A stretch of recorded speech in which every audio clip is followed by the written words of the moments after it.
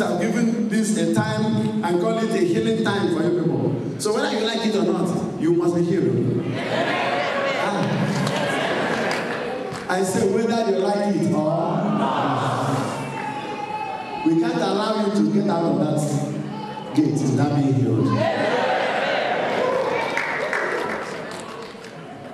By this time tomorrow, people will be giving testimonies. I don't know how it happened. I'm healed. I don't know how it happened. But Jesus healed me. The one that I did in my spinal. I can't find the pain again. I don't know where it is anymore. My eyes, I couldn't read without my glasses, like in Italy last month. Hundreds of them like that. So I'm telling you, the same Jesus is an operation now. Only say the word, my servant shall be healed. And he said the word, and the servant was healed.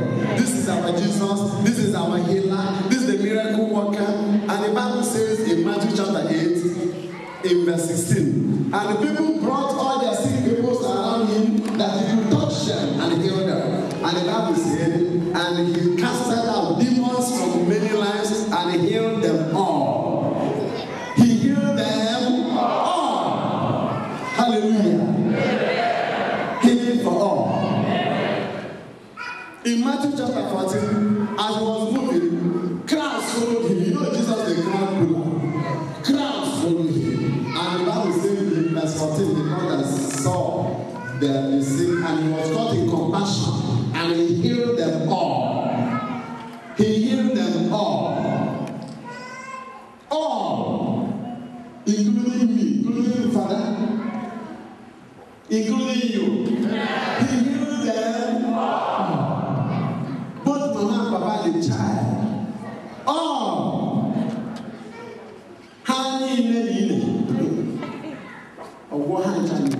He healed them. What is it in German? Even Mama at home will receive the healing as you are ministering now. If you can stand here and call somebody with your GSM wireless phone and the person catches it at home, what more about the power of God? Amen. Grace that I say,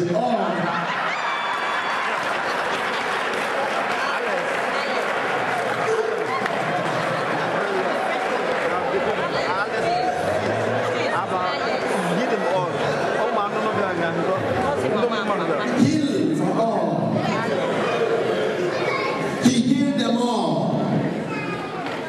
And Jesus was moving. The Bible says in Luke chapter 5 in verse 17, and on that day, power for healing was with him. He was that day. On that day, he was filled with healing power.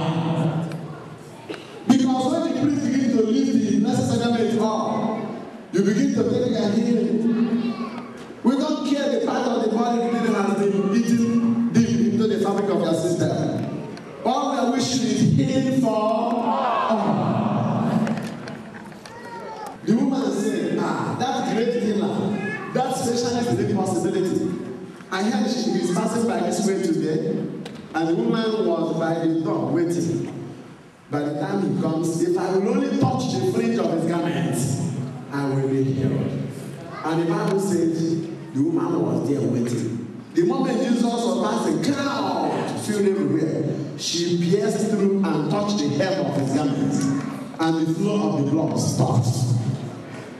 The Bible says in Mark 5 verse 30, and Jesus said, who touched me? For power has gone out from me. Power has gone out from me. Power has gone out from me. Who touched me? Power has gone out from me. Power, healing power, divine power, dunamis. Power has gone out from me. What how do you say it in German?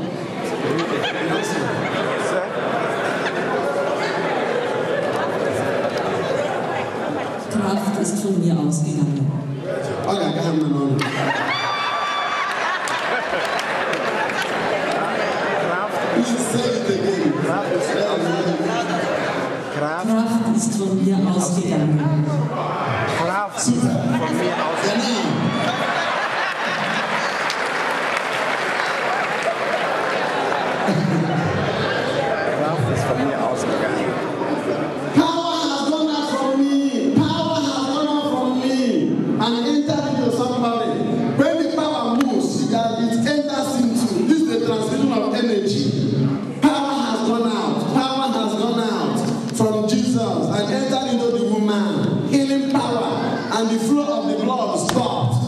to tell you that the same God who stopped the flow of the river of the Red Sea in the book of Exodus chapter 15, the same God is still working. When he says in Malachi chapter 3 verse 6, I'm the Almighty God, I do not change. He stopped the river from flowing. The Red Sea stopped. Jordan stopped. The same God stopped the flow of this woman's blood. Can he not stop your own? I don't know what is flowing in you. Whether it's the blood that is flowing, whether something is flowing out of your ear, whether something is flowing out of your anus, it can be pie. He can grant you sudden, spontaneous, divine healing. The flow can stop. We have somebody who can stop it. His name is Jesus.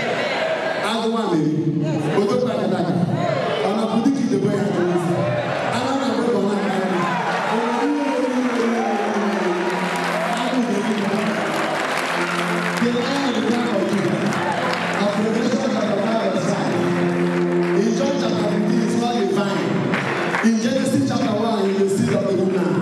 In the book of Exodus, is the deliverer. In Leviticus 11, is the holy God. I am telling you about the one who has stopped it. In Deuteronomy chapter 4, is the divine fire. In the book of Numbers, the healer by excellence, Jesus. And in Matthew 1:21, the Bible says, his name shall be called Jesus, because he will save his people from all their sins. That's why in Psalm 103 verse 3 the Bible says, who forgives all your sins and who heals all your diseases. All. Who forgives all your sins. Get ready for forgiveness. I don't know what you did that God is not happy with you. You know the wages of sin is death. Sin is a barrier, but righteousness exalts a nation. When in Leviticus 11:44 and 45 it says, be holy for I your God is holy. When in 1 Peter 1 verse 15 it says, and in verse 16, since your God is holy, you too be holy. When he says in Matthew chapter 5 verse 48, be perfect as your heavenly Father is perfect.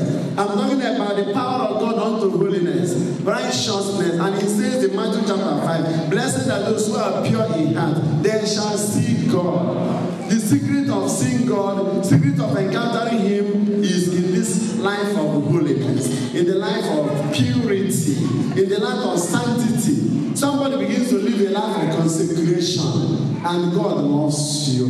It's not a matter of fact I'm in Austria. It doesn't matter anymore. I can commit any sin and go free. No, sin is a cankerworm. Sin is a destroyer. Sin is an impediment. Sin renders what is valid invalid. Sin is a nullifier. Sin pollutes. Sin defies. Sin can make a rich man a beggar. And holiness can make a beggar a lender. Amen.